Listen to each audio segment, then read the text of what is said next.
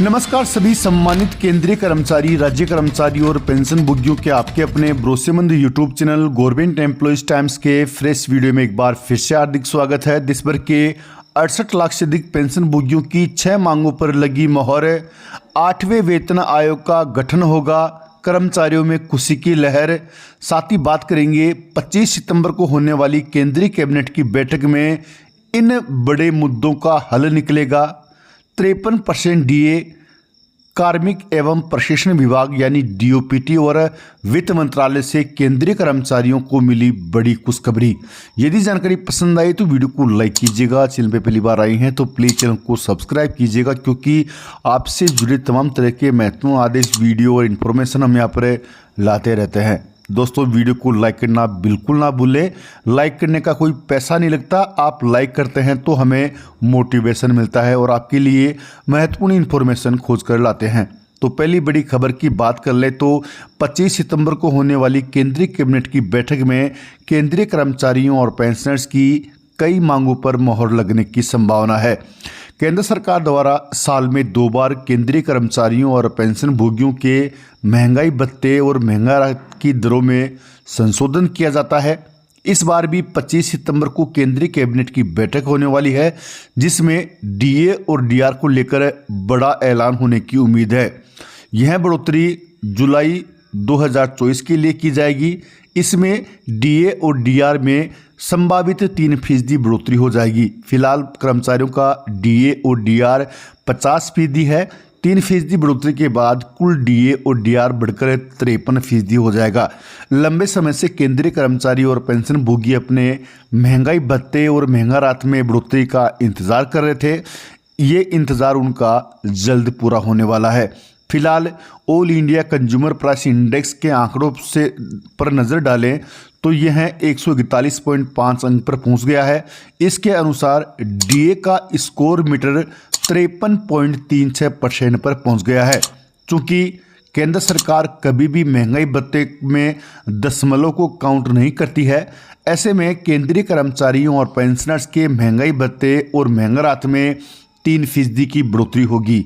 ये बढ़ोतरी 1 जुलाई 2024 से लागू होगी।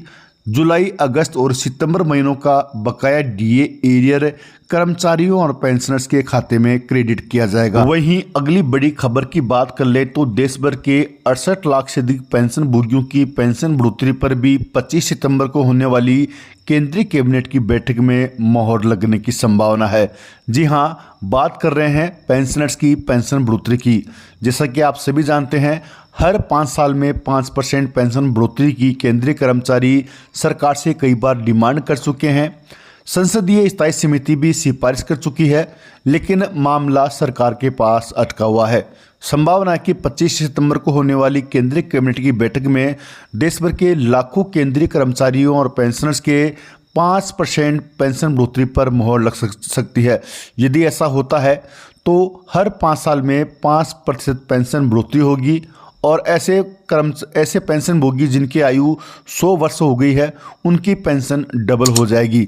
यानी कि 5, 10, 15, 20 और फिर 100% पेंशन बढ़ोतरी होने की संभावना है।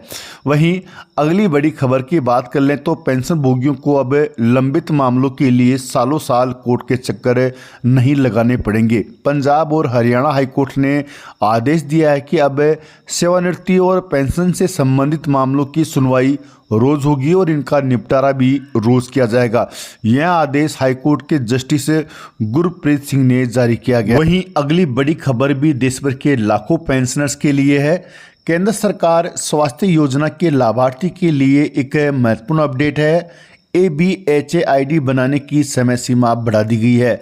अब आपको सितंबर 2024 तक ABHA नंबर बनवाना होगा और अक्टूबर 2024 तक CGHS को आभा ID नंबर से लिंक करवाना होगा। अगली बड़ी खबर की बात कर ले तो लाइफ सर्टिफिकेट से जुड़ी बड़ी खबर निकल के सामने आ रही है। अब पेंशनभोगी अपने मोबाइल से ऑनलाइन जमा कर सकते हैं जीवन प्रमाण पत्र। तो आपको जानकारी के लिए बता दें कि भारत सरकार ने पेंशनर्स के लिए जीवन प्रमाण पत्र जमा करने की प्रक्रिया को और भी आसान बना दिया है।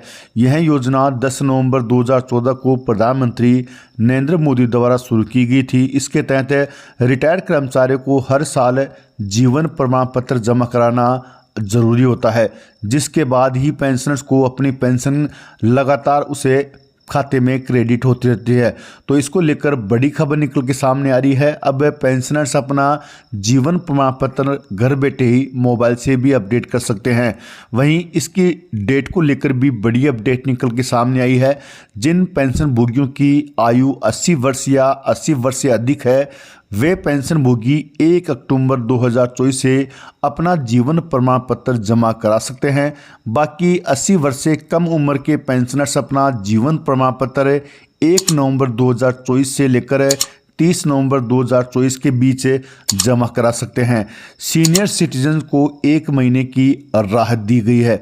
वहीं 8वें पे कमीशन को लेकर भी देश भर के 1 करोड़ से ज़्यादा केंद्रीय कर्मचारी और पेंशनर्स अपनी सैलरी और पेंशन में बढ़ोतरी का इंतजार कर रहे हैं।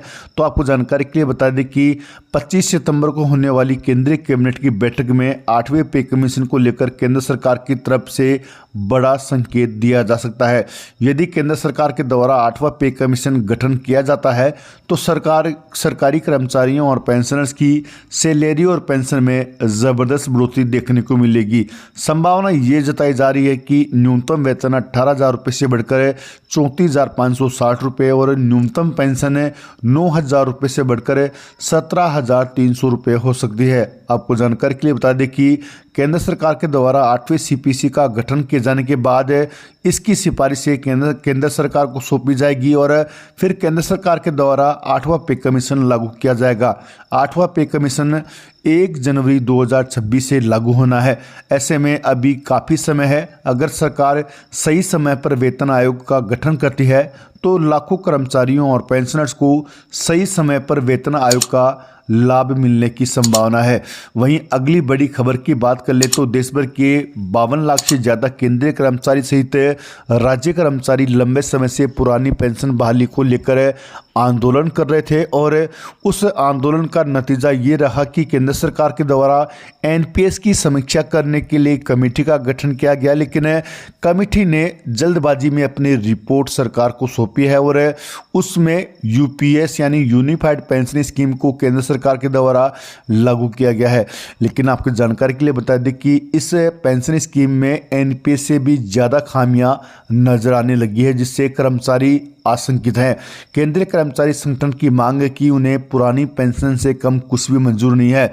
इसको लेकर 26 सितंबर को देश भर में बड़े स्तर पर धरना प्रदर्शन और आंदोलन की तैयारी केंद्रीय कर्मचारी संगठन और पेंशनर समाज के द्वारा की जा रही है। डीओपीटी यानी कार्मिक एवं प्रशिक्षण विभाग की तरफ से केंद्रीय कर्मचारियों के लिए खुशखबरी है। अब 2 वर्ष तक एलटीसी पर करें कश्मीर, लद्दाख, पूर्वोत्तर व अंडमान की सैर। तो आपको जानकारी के लिए बता दें कि डीओपीटी के मुताबिक ऐसे सरकारी कर्मचारी जिनका होम टाउन और मुख्यालय तैनाती स्थल समान है, उन्हें यह सुविधा नहीं मिलेगी। मतलब वे अपने होम टाउन एनटीसी का कन्वर्जन नहीं करा सकेंगे।